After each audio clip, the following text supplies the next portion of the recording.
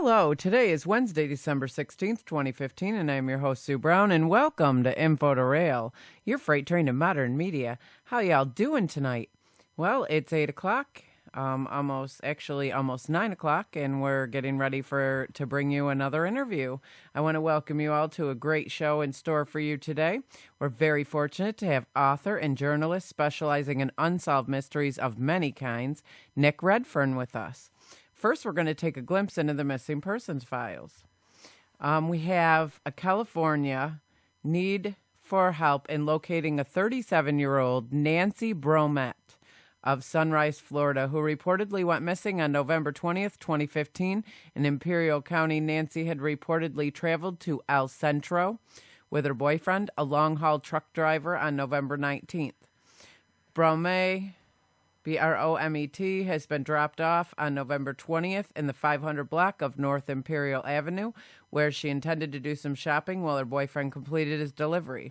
The two were to meet back at the location 2 hours later. However, Bromette failed to show and has not been seen since. Nancy is 5 foot 2 inches tall, 165 pounds. Anyone with any information on her location, please contact El Centro Police Department Detective Luis Hernandez at 760-337-4864.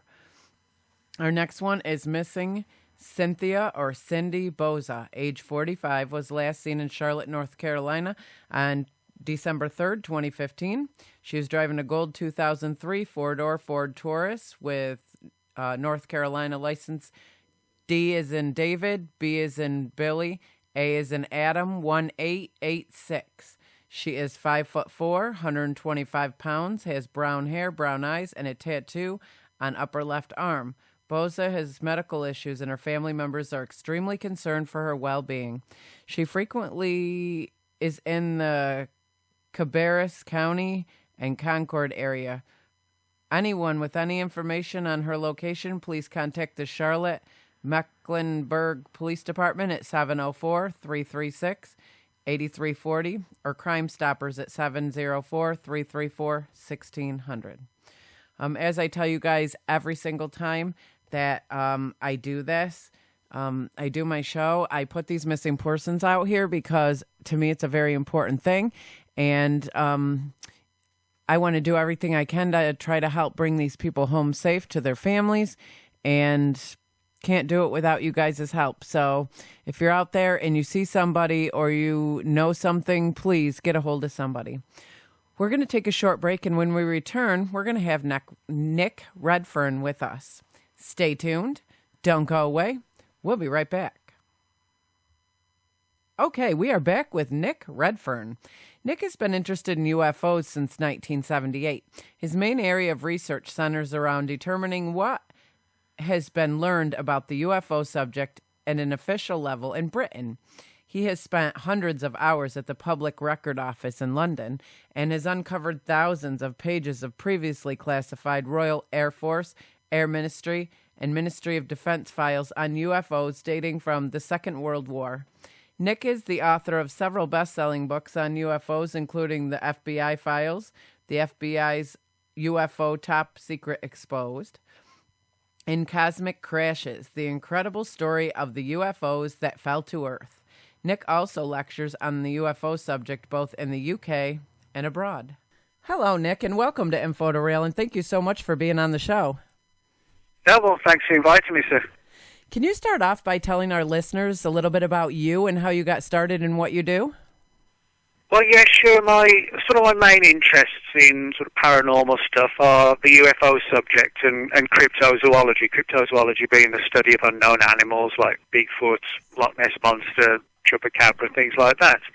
And how I got involved and interested is that, there's a lot of people in the UFO field get involved because they've had their own personal experiences. But for me, I've never actually seen, a UFO, but I got involved and interested because my father worked in the British Royal Air Force. He was a radar mechanic, and he was involved in several UFO incidents where He was stationed at a British Royal Air Force base, military base on the east coast of England.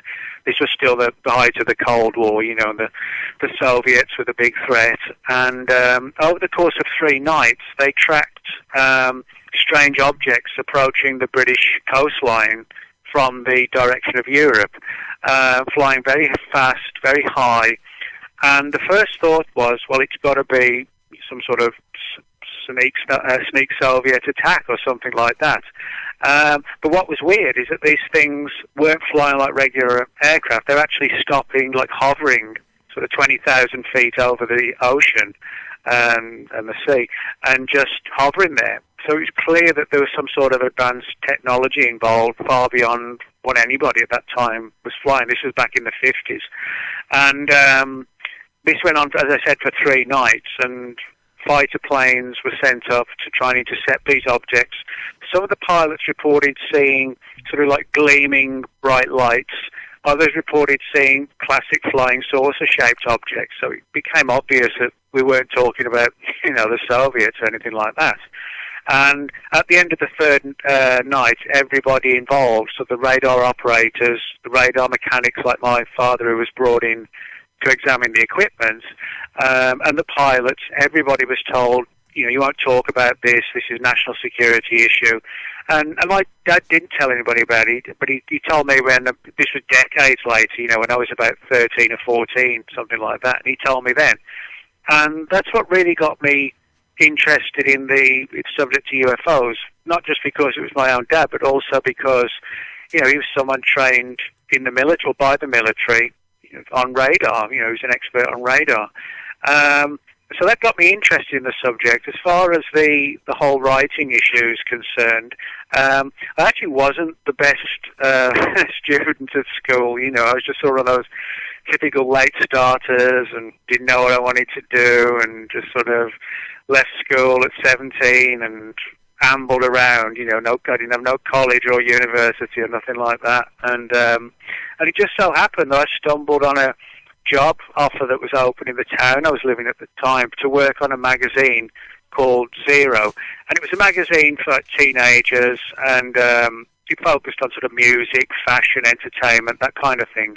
And it was for a year-long contract. It actually went on a bit longer than that, and they were looking to train someone straight out of school in all aspects of journalism, writing, interview techniques, all this kind of stuff, and, you know, what goes on behind the scenes in a magazine. And I thought, well, this would be a cool job, because when I went for the interview, they said, well, part of what you'll be doing, you know, you'll be going out to see bands and you'll be paid to do reviews of concerts. And I thought, well, that's cool, you know, I'm being paid, which it didn't really sound like a real job, you know, it just sounds like I'm being paid to do the sort of stuff I do on a Saturday night anyway.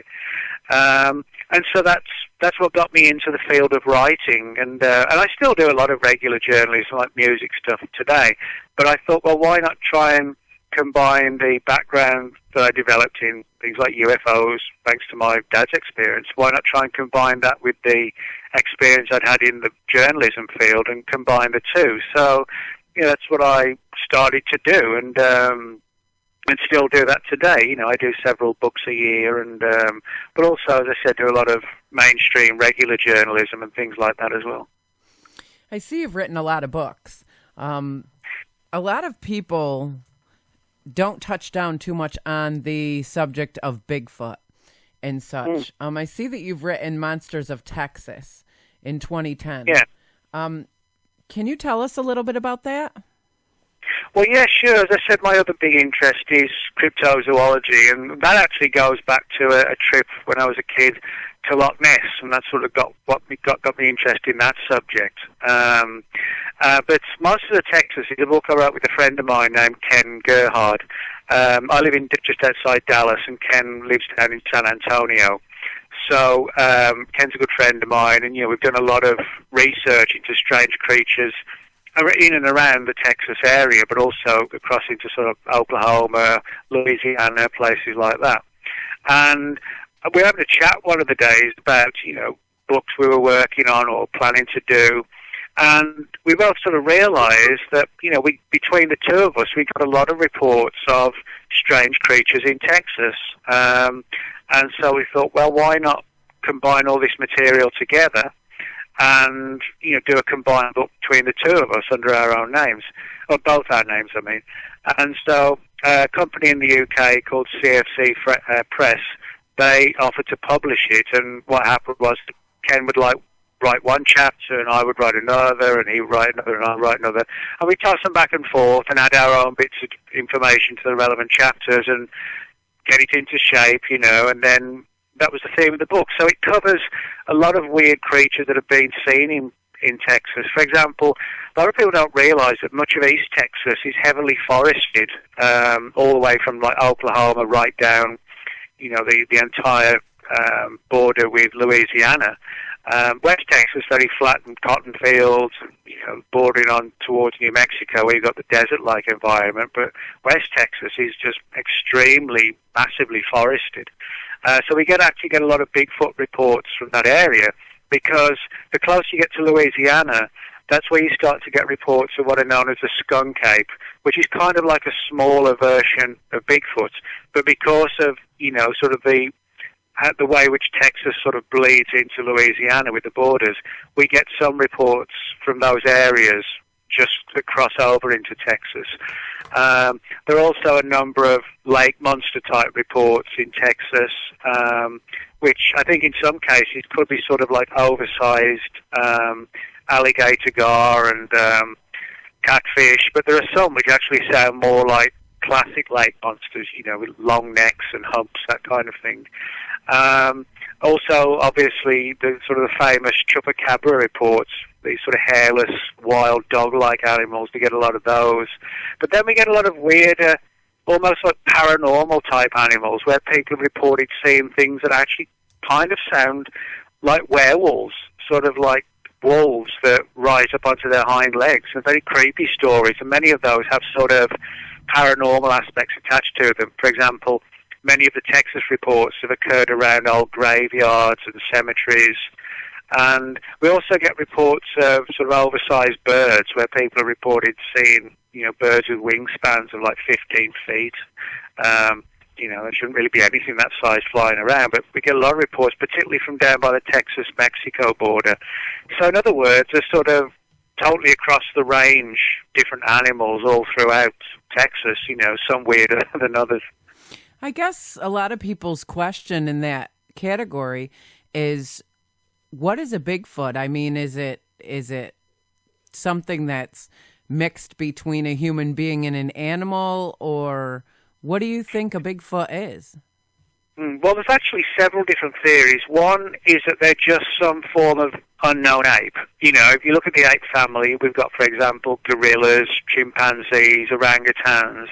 So the sort of prevailing theory amongst cryptozoologists or monster hunters is that it's a North American ape, but one that science hasn't identified or classified yet.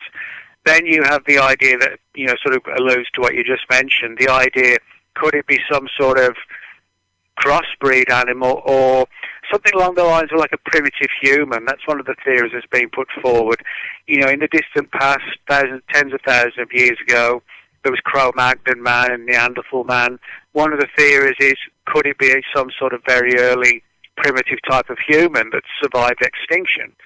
Then you have the more controversial but very intriguing theory that these creatures could be something else entirely. For example, although they're not the bulk of the reports, but sort of 4 or 5% of reports where you have a lot of weird aspects to these stories, where, for example, someone's seen a Bigfoot vanish in a flash of light, or it's appeared at the same location and time frame as a UFO's been seen.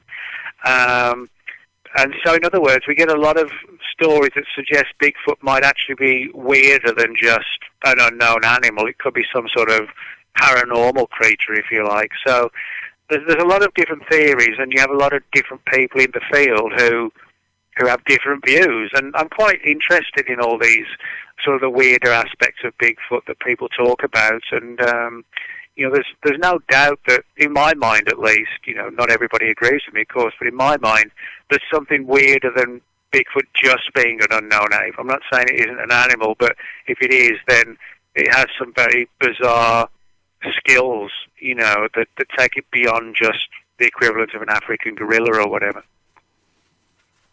It's definitely an interesting subject, and as I said, there's not too many people who touch down on it, but it's something I've always been interested in. I've never seen one myself, but I've talked to a few people who actually have said that they have witnessed one, and I was curious about the subject is all, and I have a lot of listeners who are curious about it as well. When it comes to UFOs, I am somebody who is a lot into the missing person files. And I've noticed that, there's so many missing persons coming up, and it seems to be, maybe it's just me, but it seems that there's so many more cases of missing persons just popping up daily. I almost wonder if half of these missing person files that are never found, I almost wonder if some of them are not being abducted. Well, you can look back throughout the history of the UFO subject and find a number of classic cases where people have vanished. For example, there was a famous case in 1953, a pilot encounter where a pilot saw a UFO known as the Kinross case, and it was over the Great Lakes, and the military pilot was vectored onto this object. And then the two blips merged on the radar screen, and the plane and the pilots never seen again.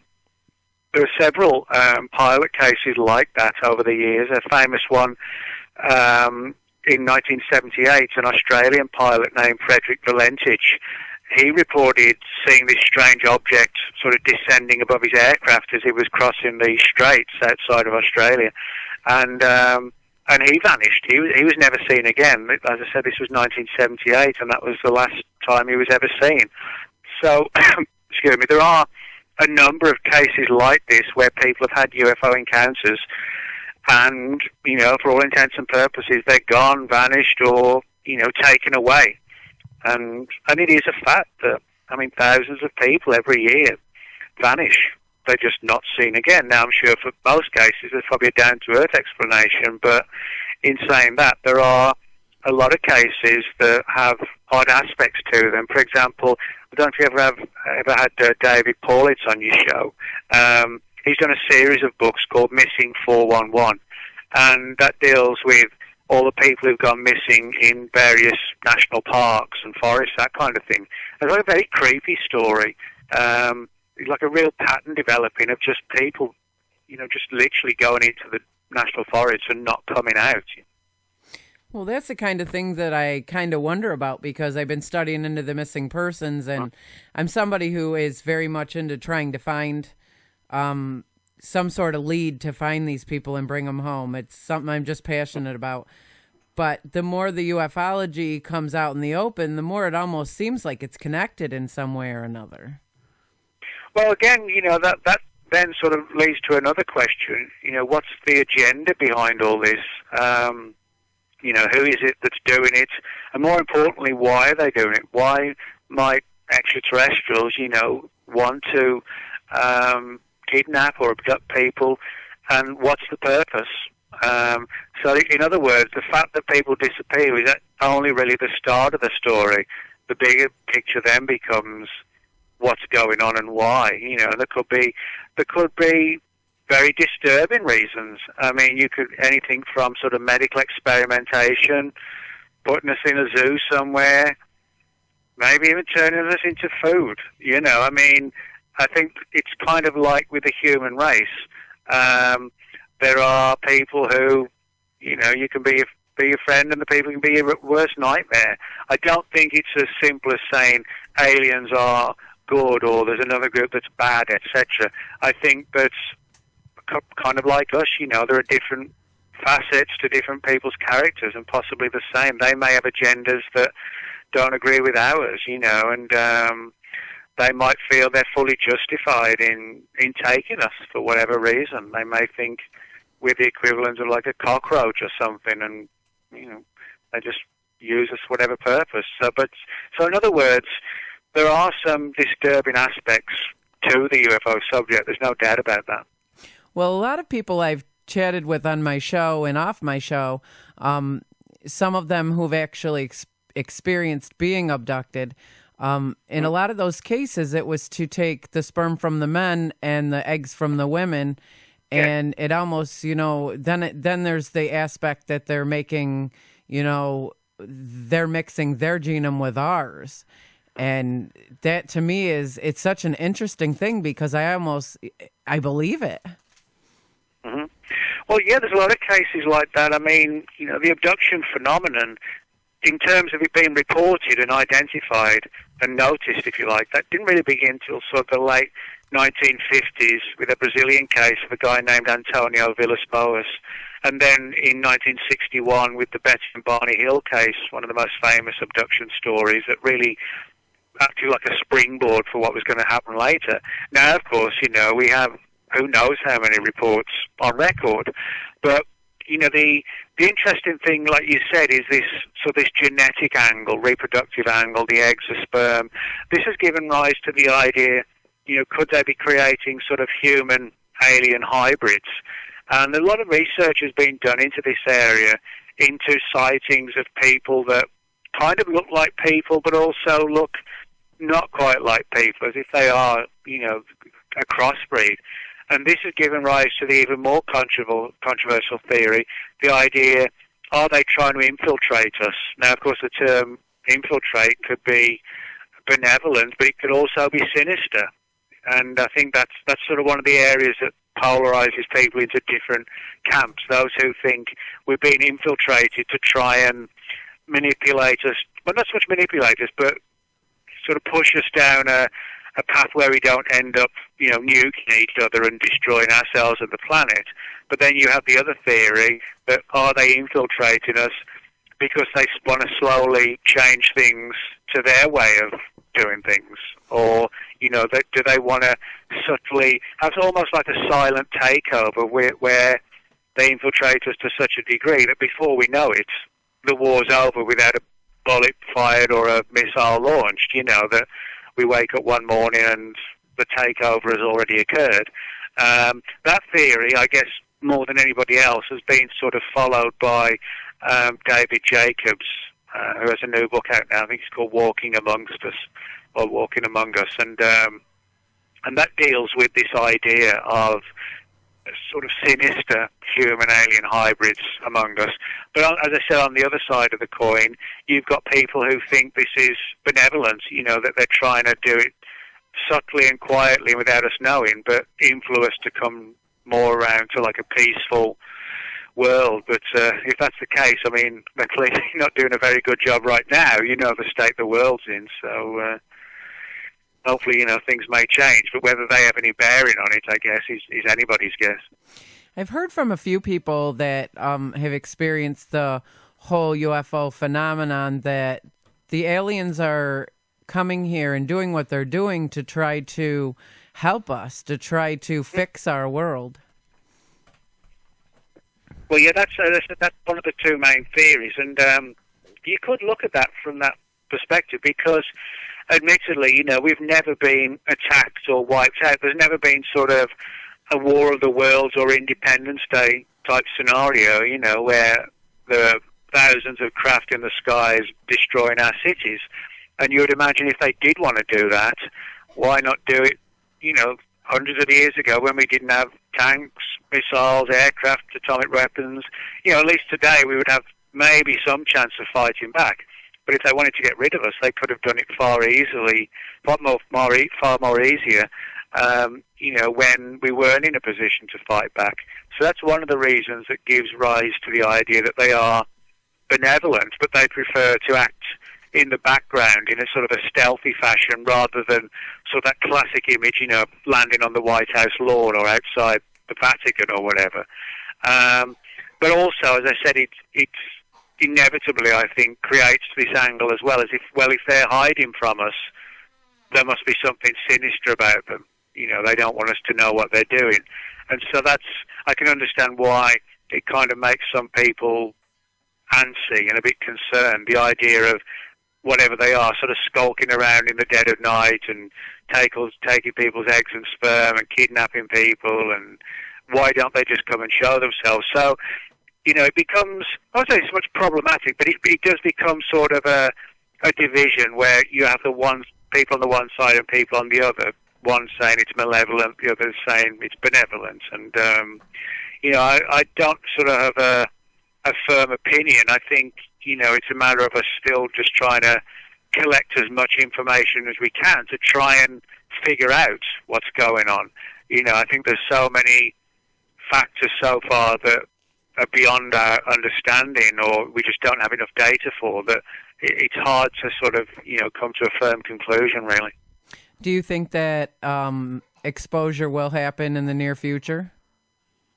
I'm honestly not sure. I mean, we look. People say, "Well, when's it going to come? When's it going to happen?" But we have to remember there's two sides to this. The UFO phenomenon itself isn't showing itself. As I said, we've never had that classic landing like outside Buckingham Palace, the White House, the Vatican. That's not happened. So clearly, their agenda is not to show themselves.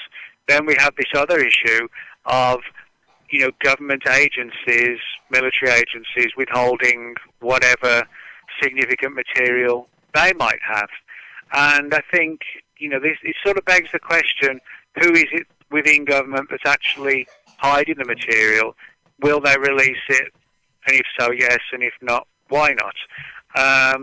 And I think when you look at the situation, my personal view is I don't think it's agencies like the FBI or the CIA or Air Force intelligence that is, hiding this material. Although I have actually quite a big different opinion to a lot of researchers. They say, oh, the government's the bad guys, etc. I actually don't think they are. What I think is that most of the really highly classified material is probably not held by the sort of known agencies like the CIA and Air Force intelligence. I think it's probably held by what we might call something like a shadow agency, or what are also called black budget agencies, where most people don't even know their existence. They're not answerable to Congress. There's no congressional oversight. For all intents and purposes, they don't exist. And unless you get clearance, you don't get in. You don't even know about them.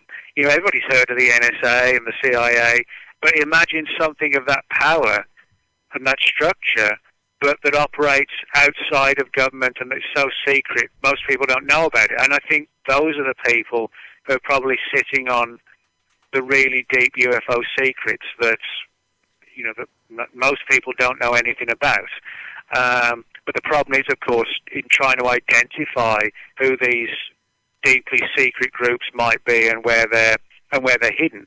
But I think probably the reason, why the other agencies haven't disclosed is because they may actually not be in possession of the things that we think they are. As I said, if it's held by these other people, then it's possible that the disclosure, if it's going to come, will only be on when they're ready, on their terms. And, their terms maybe never. We want disclosure, but they may not want it. And so the challenge is then how do we get it if they don't want to give it, Well, that's a good point. I mean, if somebody doesn't want to be found, they're not going to be found. So if they don't want to be found out, I suppose they won't be. You wrote a book that really piqued my interest, and I'm going to buy it and read it because I'm kind of excited. It's called There's Something in the Woods. Can you tell us about that?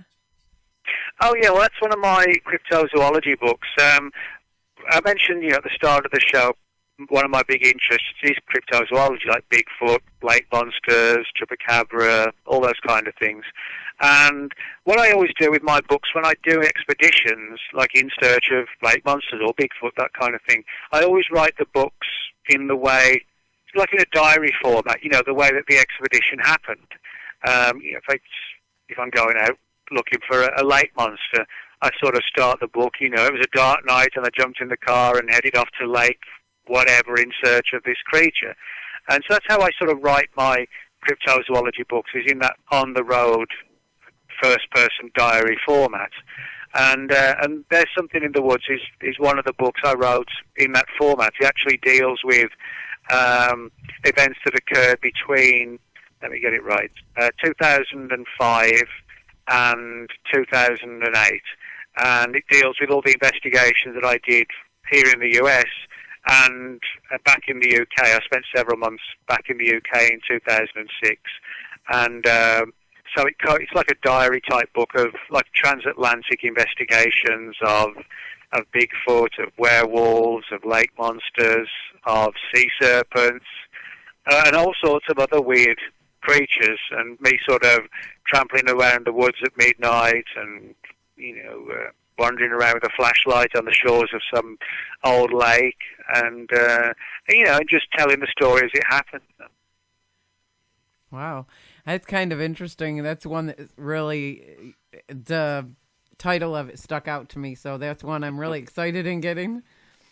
I love that kind of stuff. Oh, cool. You also wrote a book, The World's Weirdest Places. Can you tell us about some of those places? Well, yeah, I mean, this is a book that the published, very often, sort of 9 times out of 10, I approach publishers with ideas for books. But this one is actually the other way around. The company that published the book, New Page Books, they do a series of books, sort of like the world's most mysterious places, the world's most haunted places, things like that. And so they asked me, they wanted to do the next one in that series called The World's Weirdest Places. And they asked me if I'd be interested in doing it, and if I was, how would I go about doing it? And so I thought, well, rather than just pick, a place where one weird place has got a famous Bigfoot story, another one's got a famous ghost story, I thought, why not mix it up a little bit and focus instead on places that have got multiple weird things going on there, rather than just one thing that they're famous for. And they like the idea of that. And so to give you an example, one of the places I talk about is actually a large area of forest close to where I grew up as a kid in central England, called the Cannock Chase. It's just large area of sort of expansive forest land. But the Cannock Chase is a very weird place because there have been reports of UFO sightings, ghostly black dogs, large black cats, so-called black panthers, Mothman-type creatures, UFO encounters, ghosts. It's almost like it's as John Keel, who wrote the Mothman Prophecies book, John Keel used to call them window areas, as if they were sort of like a doorway into another dimension, allowing all these things to come through.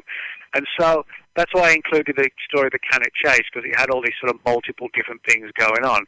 And that's sort of the theme of the entire book.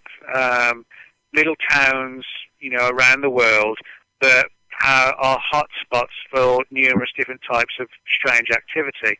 For example, another one I talked about here in the US was Mount Shasta.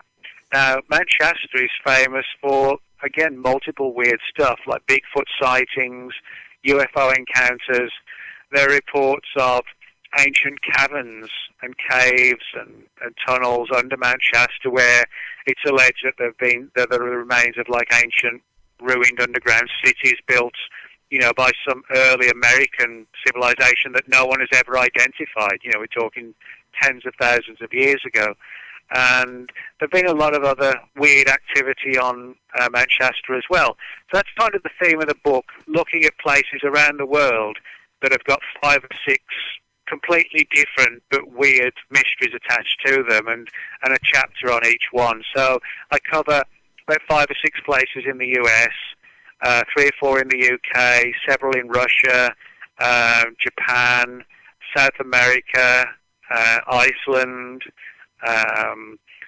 Germany, all over the place, just to demonstrate to people that you can find these sort of almost unique hotspots where you go into the town. And last year there was a Bigfoot sighting. 5 years before that there was a famous UFO event. There's a local lake with a lake monster tradition attached to it. Things like that, really to show people that how some of these weird these places really are. That is awesome. I'm looking forward to reading that too. Yeah. That's the kind of stuff I just absolutely love. Like I said, I'm interested in all of this stuff. Have you ever experienced paranormal things in your own personal life? Yeah, I actually have. One of the things that I get a lot of, and I think a lot of people who delve into these kind of subjects get them as well, it's a lot of weird synchronicities, where a coincidence occurs that actually doesn't seem like a coincidence. It's almost as if you were sort of manipulated or driven to meet a certain person or go to a certain place because you helped answer some of the things that you're actually working on right then. So I never sort of dismiss synchronicities. I think they're an interesting aspect of the world of the paranormal, and the more you dig into the world of the paranormal, very often the more people begin to experience these synchronicities, or as they're also known, meaningful coincidences. But I've also, been on a lot of expeditions, like for Bigfoot and things like this, and I've found prints, I've got plaster casts of Bigfoot prints, that kind of thing. And I heard a lot of weird noises in the woods and forests where Bigfoot have been seen that clearly were not regular animals. It's always important, if you're going to go into the wild and look for something like Bigfoot, you have to be aware of sometimes the very weird sounds that regular animals make. I mean, sometimes if you listen to like a mountain lion or, a mountain cat, they can make some of the most weirdest screaming noises that you would not even imagine, would come out of a cat's mouth. So, that's why it's important to understand, regular animals as well. But I've heard, a lot of weird stuff that is not regular. So, I've had things like that, as I said, Bigfoot prints, which kind of, makes sort of the hairs on the back of your neck stand up when you realise that, wow, there's prints here of what looked like a giant ape. Then you wonder, well, are they actually just a stone's throw away watching me, camouflaged or whatever in the shadows? So, but for me, that doesn't sort of frighten me. I mean, it's sort of, I get like that adrenaline rush from it. It makes me want to push further, I agree. I mean, I've had a lot of paranormal happen in my life as well.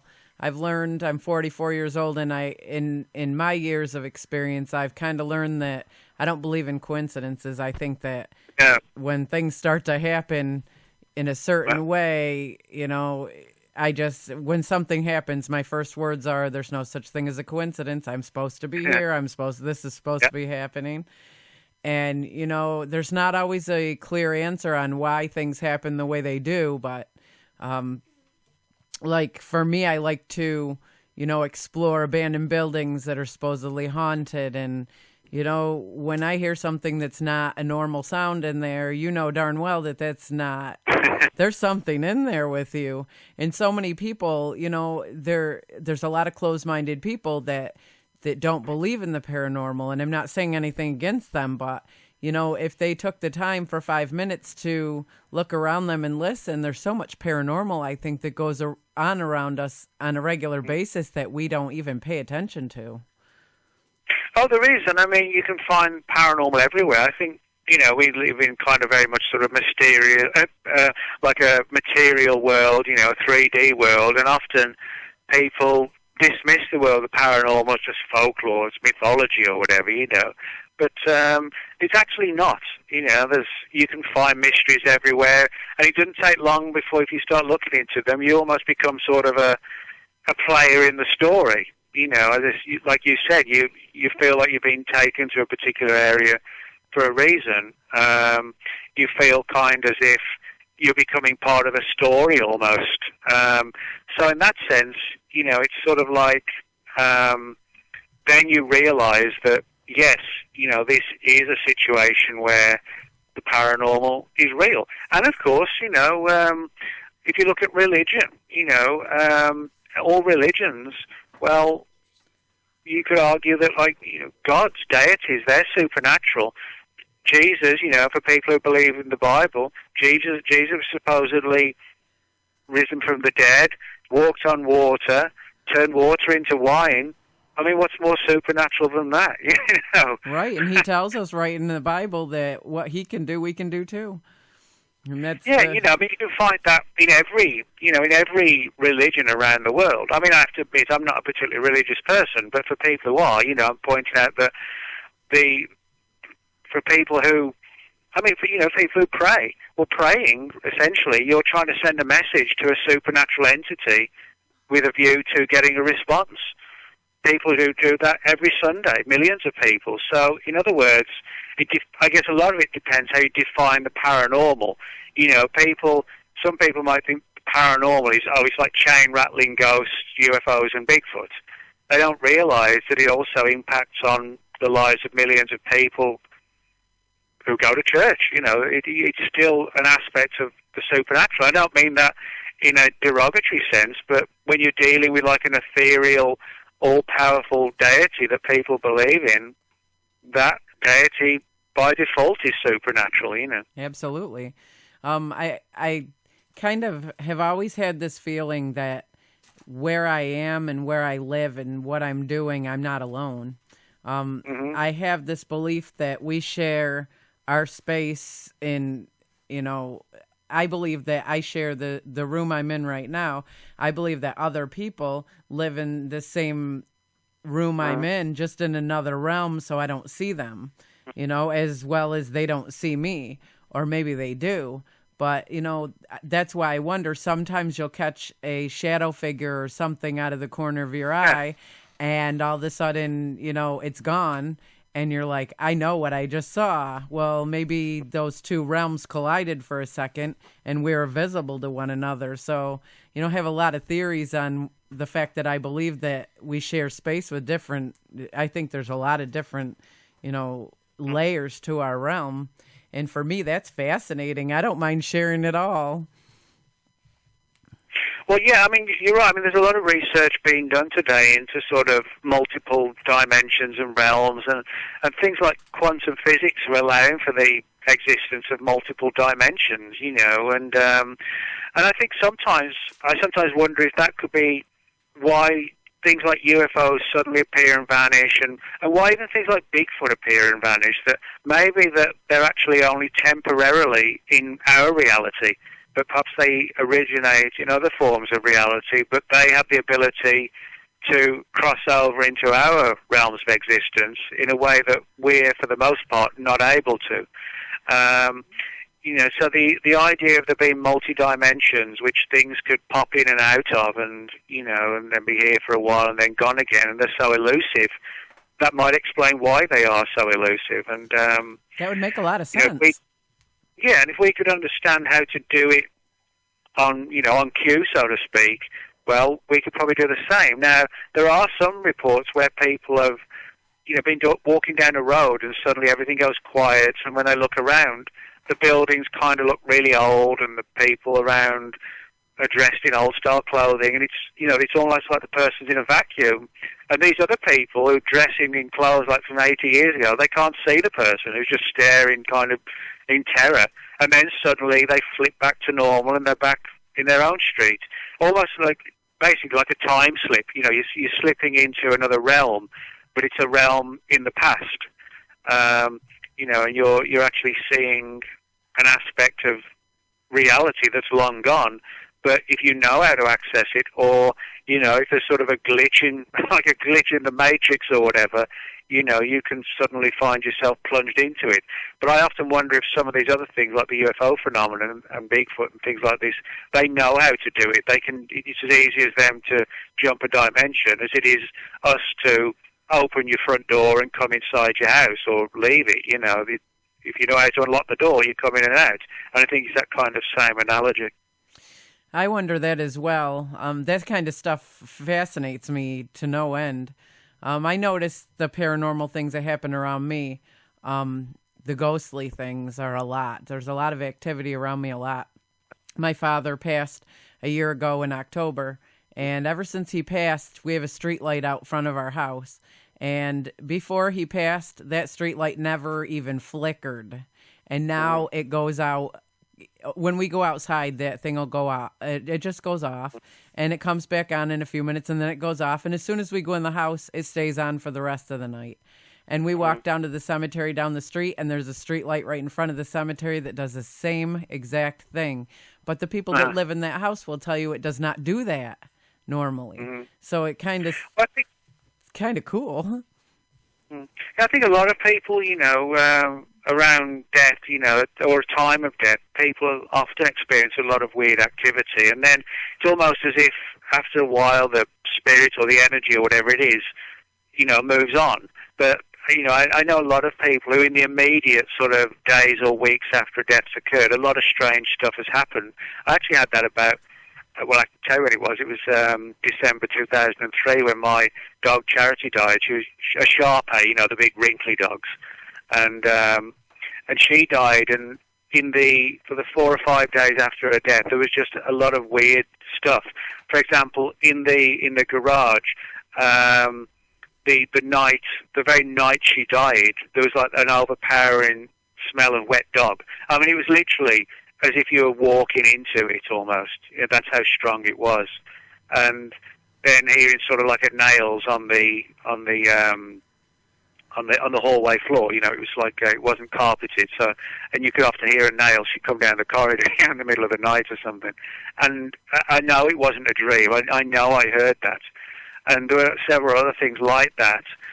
But then after about a week, it was like, you know, a click of the fingers, it was gone, and her essence or whatever it was had gone wherever it is. That's the big mystery, you know. But I'm absolutely convinced that some essence of her, if you like, did survive bodily death. Well, my friend's mom passed, and she was somebody who was a very strong personality in life. And her biggest thing in her life was her family. And she always was one, you know, she had to always make sure her family was taken care of. And she's been gone a couple months now. And to this day, there's something happens to each one of her children every day, whether a text message comes across that nobody else typed, or the lights go out or flicker, or she's always showing them that she's there. And to me, that is the most fascinating thing, that, you know, I know that we're energy, and when we leave our human form, we just change energy. But it's amazing how, you know, the people with the strongest personalities in life show us their afterlife in such a strong way as well. Yeah. And, you know, I think it's interesting because it does suggest, you know, that we do go on. You know, as I said, when I said I'm not a particularly religious person, what I meant was I don't mean I don't believe in, you know, I do believe in life after death. I'm just not sure what the afterlife is. You know, there are multiple religions and different theories and ideas, but I do think, you know, we're not just flesh and blood, and I think that actually it may go for every living creature. You know, I mean, you find people talk about dogs, cats, you know, I know sort of ghostly horses and birds and, you know, pet birds, all sorts of stuff. So, you know, it does give rise to the idea, what if every living thing has some sort of life force attached to it? You know, I mean, it's not impossible. Oh, I believe in that 100%. Just because of the stuff I've witnessed. To me, it's just, that's what gets my adrenaline pumping, when something from the afterlife actually shows that it still exists, you know, in our realm today. But part of me thinks that, you know, I had a guest on that had said this to me, and it kind of triggered what I already thought, that perhaps even when you pass out of your physical life in our lives, maybe they still have a physical life someplace else in a different dimension, you know? So there's so many possibilities, and I'm so fascinated by all of them. Mm-hmm. Yeah, and I think, you know, there's, it's a big mystery, but I think the one thing we can say for sure is that even if there's people out there listening now who haven't had a paranormal experience after somebody's died, they certainly know somebody who has. You know, there's so many experiences along these lines throughout history when, you know, when just weird stuff happens. You know, somebody dies and then suddenly you get sort of fleeting smell of the person's perfume in the house. You know what I mean? Or just a weird, you know, you're thinking about the person, and then suddenly you turn the radio on for no reason, their favourite song's playing. You know what I mean? Things like that. Things like that happen so many times to people. Yep, definitely. My father turns my moon on in my room. I have a moon that lights up in quarters, and he doesn't turn it on in quarters, but it lights up in full array of light. And when I'm talking about him, I was sitting chatting with a friend of mine, and, you know, I said, it's hard to believe my dad's been gone this long, you know. I miss him, but I'm at peace with the fact that he's gone, because I know that he was suffering. And all of a sudden my moon came on, and my 8-year-old daughter had just come in the room when it popped on, and she said, "Did you turn that on?" And I said, "No, I don't even have the remote." I said, "I haven't touched that remote in years. It's sat in the same spot for years." And then she went and got the remote and turned the remote on and then turned it off. And, I even shut the power off in the back so it can't turn on, and it still does. So it's one of those things, we were just such a close-knit family. My parents were married 50 years, and there was always we were just so close that my dad, at the end, his biggest fear in passing, he had pancreatic cancer, and his biggest fear in passing is that we'd forget him. So I think that that's his way of making sure nobody in this house is ever going to forget him. Not that we could anyway. He was an amazing human being, and he was a very well-known person in the community, and everybody loved him. But that's the stuff that, it gives you that hope and that, that faith that things are okay even when people we love do pass. And that's something that's so important to me that people know, because so many people struggle with when their loved ones pass. Well, you know what? They might not be in here in physical form, but you better believe that they're with you all the time. They make sure you're watched over. Yeah. To me, all this stuff is fascinating, though. This is why I do what I do, because I absolutely love having guests on that. I love to hear guests' experiences, and it just...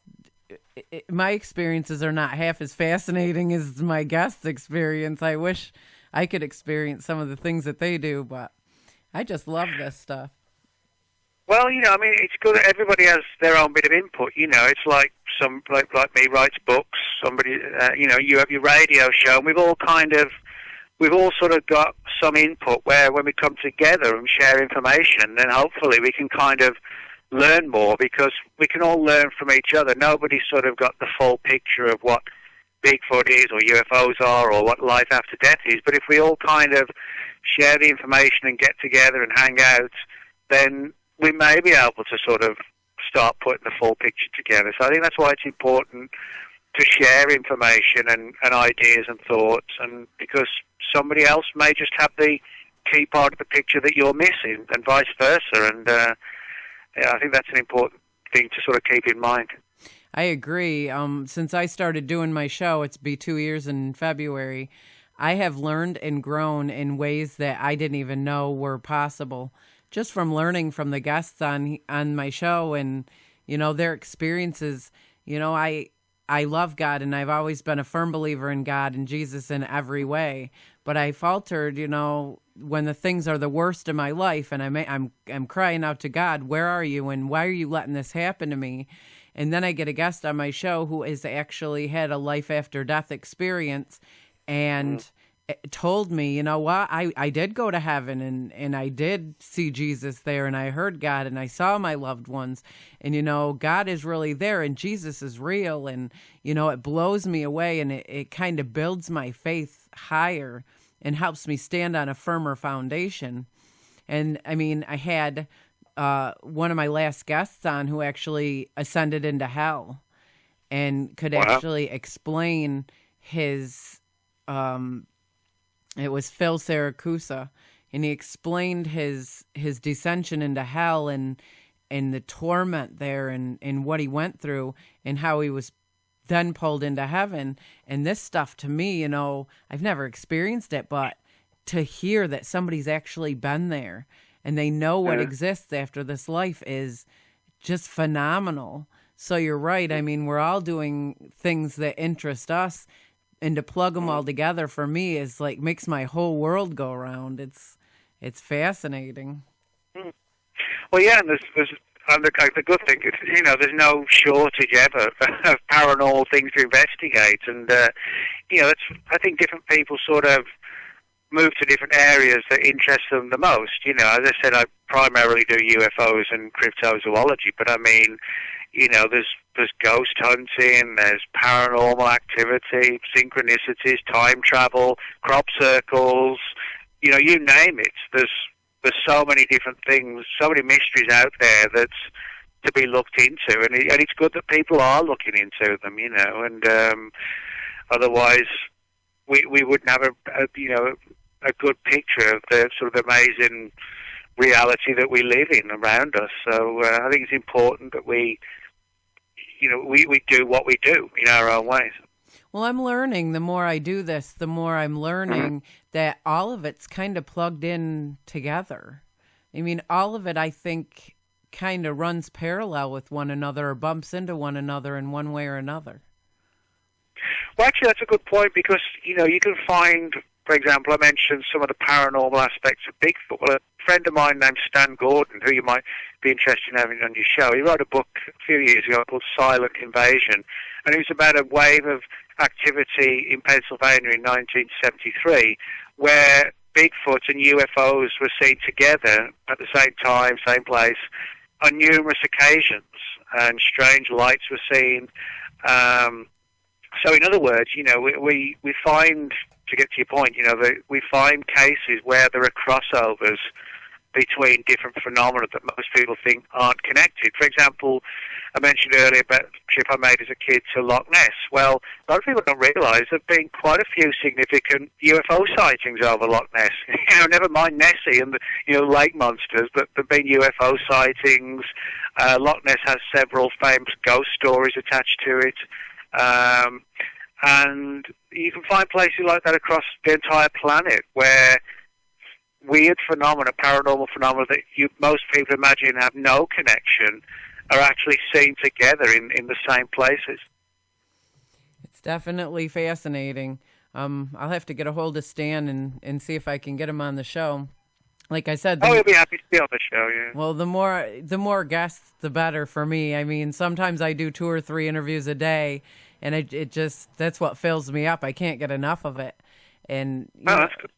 Be able to reach out across how many states and be able to, contact somebody and be able to kind of learn what they've experienced in their life, is so amazing to me. I mean, you can reach out from here to Australia or, everywhere now. And to me, there's nothing better in the whole wide world. There's no amount of money that can ever, even come close to comparing to the satisfaction I get for doing what I do. Oh, that's good, because that shows you got an inquiring mind. You're looking for answers, and then you're sharing what you find with your listeners, which is good. Well, absolutely. I mean, I'm very fortunate.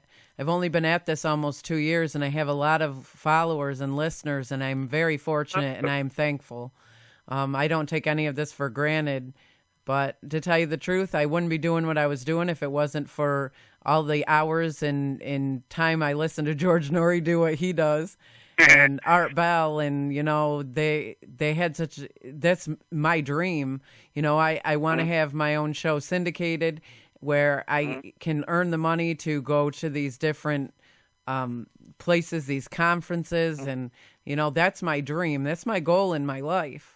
And it seems like it's slow coming because I don't even know how to get started. But, I'm working to try to figure out how to get syndicated and move forward that way. But, I figure if this is what I'm destined to do, it'll all come together in its own time. Yeah, I think, sometimes, we won't. I mean, it's like with my first book, which came out in 1997. I mean, I started writing that in 1993. I had no idea if it was even ever going to get published. It was written on it was actually written on an old an Amstrad word processor, and I didn't know what was going to happen with it. I was sort of, well, maybe I'll get published, maybe it won't get published, maybe it'll just end up stuck in a drawer, But it turned out that after it took me like 3 years, because I was working in another job at the time, so I'd do a little bit a day, or a weekend when I had a bit of free time, a couple of hours on a Saturday afternoon or whatever. And so that's why it took me like 3 to 4 years to get it done. And eventually, when I finished it, it turned out in a synchronistic fashion, a friend of mine who got a book agent, happened to tell him about it, and his agent said, "Oh yeah, we'll get Nick to send it to me." So I sent it, and within no time, he got 3 offers from different publishers, and we just went with the best offer and the biggest company, or the best company, I should say, and that's what happens. So sometimes we do this, and it can be slow, and you wonder if it's going to work out. But if you stick at it, it does. Well, it's that's an inspiring story, and that gives me hope that I'll one day reach my goal in life. I mean, I Well, I haven't. think we all could do that. You just have to sort of be positive about it, and also, just link up with as many people as possible, and and I think that helps a lot as well. Just who you know, and getting advice from people about, just check. Also, if you check around if there's any local conferences going on in your area, it's close enough to get to. Introduce yourself to the organisers, tell them you got a show, and things like that open a lot of doors as well. That's a good idea. I think for me though, my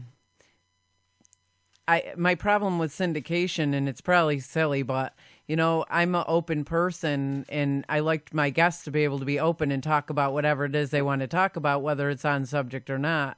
And I'm just not a time limit type person, so that's kind of what holds me back, because I'm a very open person myself, and if I have a guest on here, I want them to be fully open to express anything it is that they want to talk about. So I think the one thing I want to do so bad is I want to do a show and just have, a whole bunch of just normal everyday people who've had experiences with the paranormal call in and give their stories and do a full show on just their stories. And that's hard because, it's hard to get that word out and get enough people to call in and do it. So, it's multimedia. It's just hard to get the word out there, but that's something I'm looking forward to doing. Well, we've all got sort of our own little areas, I don't have a radio show, but I do books. You do a radio show, somebody else blogs, somebody else has got, their own TV channel, whatever. I think we've all got our own input, and different types of inputs are good, when it's varied and whatever. We've all got our own little thing we can do, Absolutely. Can you give us your website so we can come on and look at your books and check out your website? Yeah, well, I have a blog which is called Nick Redfern's World of Whatever, and the address is, there's no www, it's just http:// Nick Redfern Fortean, and Fortean is Fortean.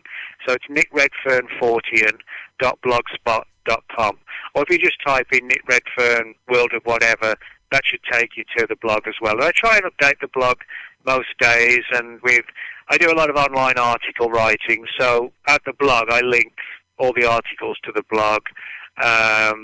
Any breaking news or conferences I've been to, that I might review, I link all those to the blog and as well. So, try and keep it interactive, and people comment and that kind of thing. So, people can also reach me at Facebook. You type in Nick Redfern. I think there's like 7 or 8 Nick Redferns, but if you scroll down, you'll find me. And those are sort of the best 2 ways to get me, through the blog and Facebook. Where can we find your books? Are they located on Amazon? Yeah, all my books are on Amazon, and most of them are available off the shelves in Barnes & Noble as well. Okay, that sounds awesome. I want to thank you so much from the bottom of my heart for taking time out of your busy schedule to be with us and share with us. This was an amazing interview, and I'm grateful that you took the time for us. Oh, well, I appreciate you having me on the show, Sue. I had a good time, and we covered a lot of ground. And I think, it's important we do that.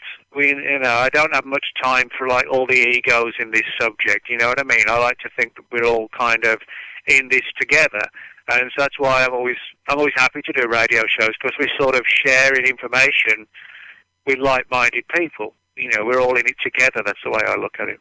Absolutely, and that is how I look at it too. But, I'm very grateful, when people take time out of their schedules, and I'd love to have you back on to chat about more, because you're very interesting and very fascinating. Oh, well, thanks, Sue. I'll be pleased to come back on. Well, thank you, and you have a great night. You too, Sue. Thanks a lot. All right, bye-bye. Bye-bye. That was an absolutely great show, and like usual, I absolutely love my guests and listeners, and I want to thank Nick once again for taking time to be with us. That was an absolutely amazing interview. As always, I want to thank you, each and every one of you, for your support in hanging out with us each and every week, or a couple times a week sometimes. That's all we have time for today. We post our shows on YouTube. And if you want to know more about our guests and our upcoming shows, please visit our info2rail webpage. Just Google info2rail and click on our Google Sites or our YouTube page. Again, I can't tell you how thankful I am for each and every one of you, the guests and the listeners. You guys make it possible for me to do what I love to do.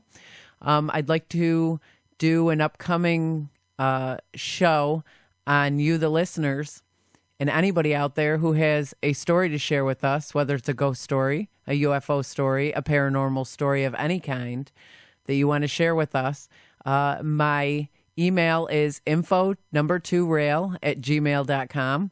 Please feel free to send in, send me a message saying that you're interested in calling in and sharing your story with us. And we'll put together a whole bunch of those stories and do a big show with all of you guys, the listeners, and all your experiences that you've experienced. And I think that would be an absolute whole lot of fun. Thank you all so much for joining us here at Info2rail, and we hope to see you here each and every week. May God bless you and keep you, and may his face shine upon you in these uncertain times. We'll see you soon.